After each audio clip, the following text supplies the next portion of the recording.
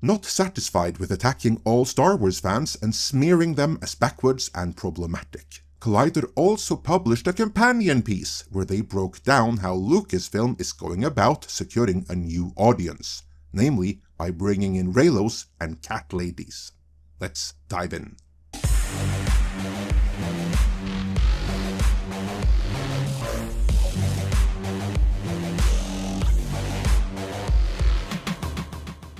We have known for a long time that the current iteration of Lucasfilm, the one ran by Kathleen Kennedy, views the traditional Star Wars fanbase as problematic, because it's too white, and what is even worse, too male, and from Disney's point of view, too conservative.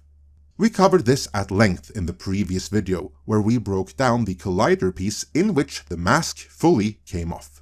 With that established, it would appear that the Acolyte is designed to address this problem of the fanbase just being too male-dominated, by way of bringing in more female viewers, and more specifically, these hordes upon hordes of new female fans will be brought in by shipping. And to be clear, when I say shipping, I'm not referring to them being placed in containers and sent to Lucasfilm offices in big boats, but the practice of having characters on screen that the female audience wants to see have a will they, won't they kind of romance that they can live vicariously through. And as we're about to see, what the powers that be really want to emulate isn't just Rey and Kylo Ren, but Twilight. And we know this, because Leslye Headland, in not so many words, told us so, by way of a paid-for puff piece which is part of the marketing campaign. In this case, Collider was the main seed piece that everyone else based their stories off of.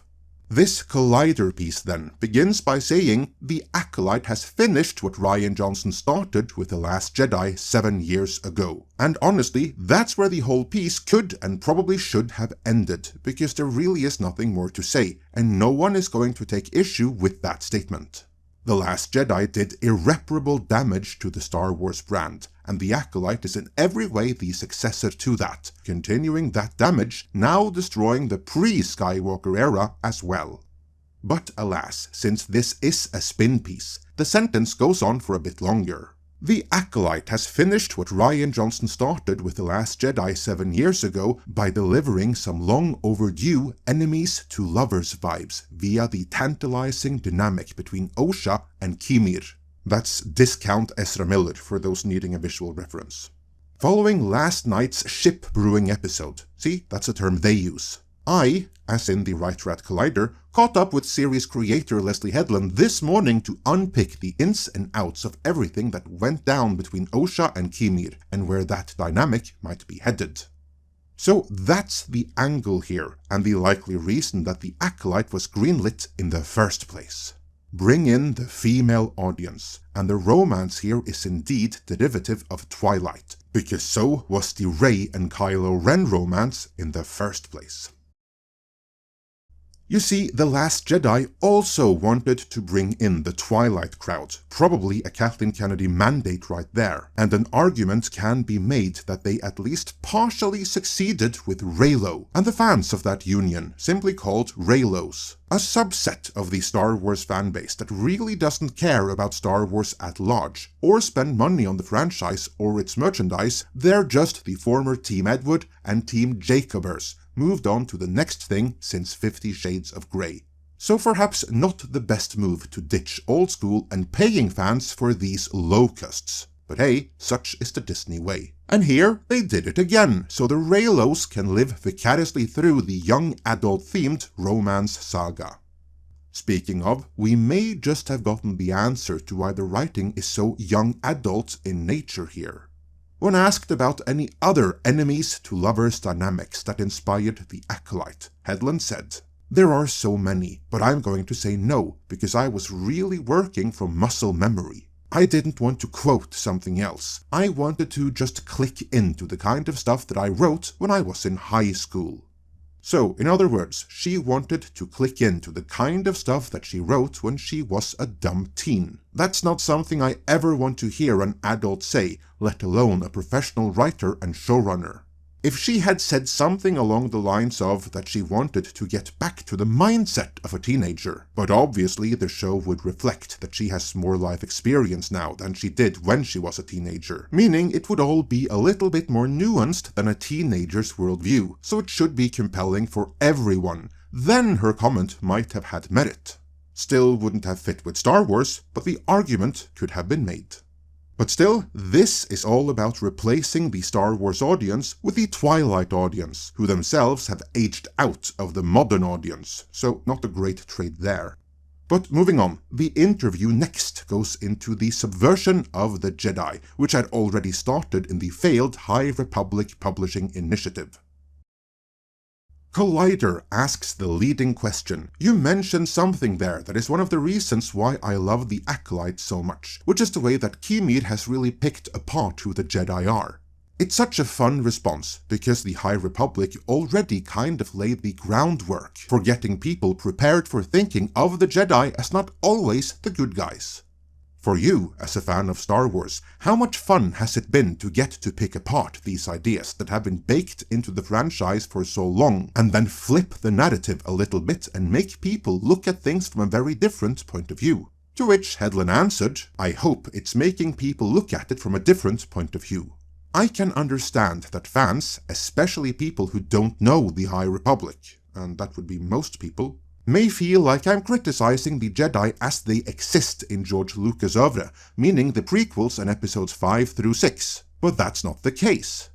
We're so much further back from that. We're in that era that Obi-Wan is talking about in A New Hope.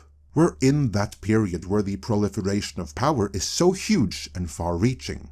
Actually, in the next episode, you're gonna see how far-flung particular missions with Jedi are and the lack of oversight. Before she continues, going back to your question, one of the interesting ways to unpack the Jedi is, when they are at their height as they are here, what are the things they're doing differently? A Jedi doesn't pull their weapon unless prepared to kill. That's just a High Republic concept. They don't have battle droids. They don't have other people with lightsabers. There isn't any reason to pull it. Comparing that to anybody in the prequels, it's not the same. They're just not the same Jedi. So, in my opinion and in my experience, and what I was interested in digging into is, it seems like it's a time where you can break down the Jedi as a concept, whereas I wouldn't want to touch what has been established of them a century later. Okay, that was a lot, so let me translate what she said. All of this is based on the High Republic Publishing Initiative, which is Kathleen Kennedy's Star Wars fan fiction, as written by a bunch of activists who are all about diversity and dinosaurs. Therefore, the Acolyte is also fan fiction, no more valid than anything you or I could dream up, and should therefore be ignored as such. Next, Headland goes into more detail about how the Twilight derivative, Last Jedi's romance, inspired her fan fiction, and even how there's symbolism in the clothing, or lack thereof, before the interviewer, who is probably briefed in advance, says, speaking about costumes and symbolism, I love how this ship plays with gender norms.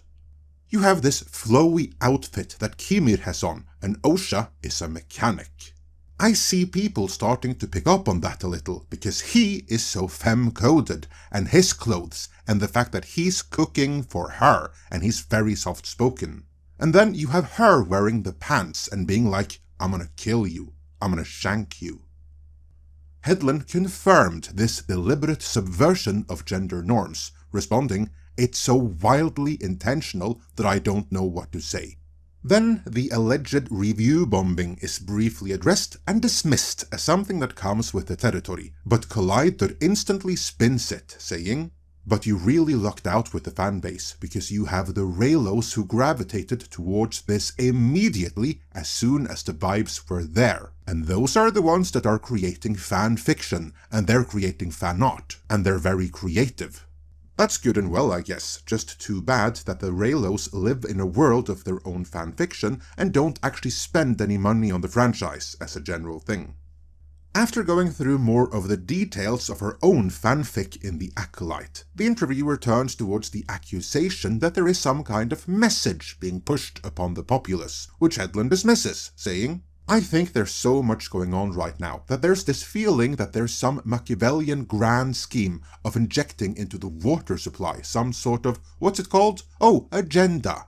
And I honestly think it's more boring than that, which is, as somebody who has spent a lot of her experience not seeing my world reflected in mainstream media, I think I'm just adhering to the old adage of write what you know. And I know Star Wars, and I know my experience, and I know what my community looks like. And so I'm just writing what's most personal to me, which is what I think all good Star Wars is. Personal stories put into this beautiful world. So I think anything more than that is giving me too much credit. I really don't think that much about it. Then they talk some more about what went into her fanfiction, before concluding that this interview is going to break the internet. Which it isn't. Videos like this is going to get moderate views, and that's pretty much it. The only thing broken here is Star Wars, and no appealing to Reylos, aka cat ladies, is going to fix that. Let me know your thoughts on this in the comments.